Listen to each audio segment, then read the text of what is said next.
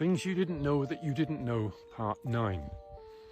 75% of the mass of a human brain is made up of a substance called myelin.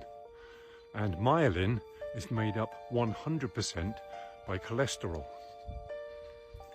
I'll leave it there. On a separate and completely unrelated subject, Alzheimer's disease is a neurodegenerative brain disease which destroys brain cells. Now, Alzheimer's never existed until 1979, and yet now it is one of the leading causes of death in Western societies.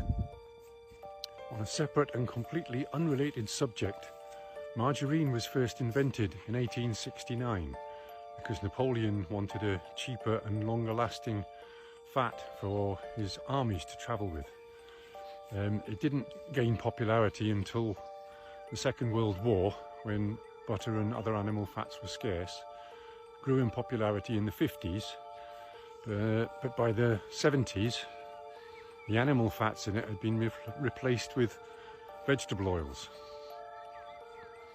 because obviously animal fats contain saturated fat and a lot of cholesterol, so they wanted to offer a lower cholesterol alternative. I'll leave it there. On a separate and completely unrelated subject, margarine is one molecule away from being plastic.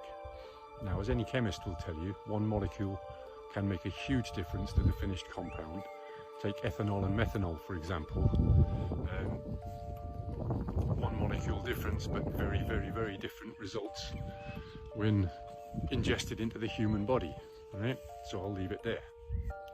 On a separate and completely unrelated subject, a simple experiment to do at home is to take a slab of butter, a slab of vegetable margarine with no animal fats in, and a slab of plastic, and stick them all outside in your garden and have a look what happens.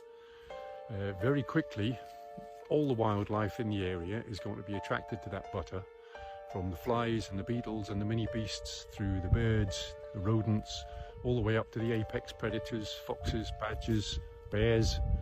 If there happens to be no other wildlife around, then bacteria and mold will very, very quickly consume it, because it's easily digestible for all organic life forms.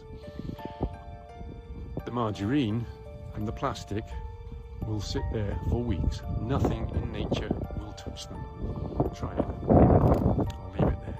On a separate and completely unrelated subject, I invite all GPs out there to check your patients' medical records and see how many of your dementia and specifically Alzheimer's patients have been on statins and or low cholesterol diets for many years. I'd be very interested to hear your feedback in the comments, and I'll leave it there. Have a fabulous day.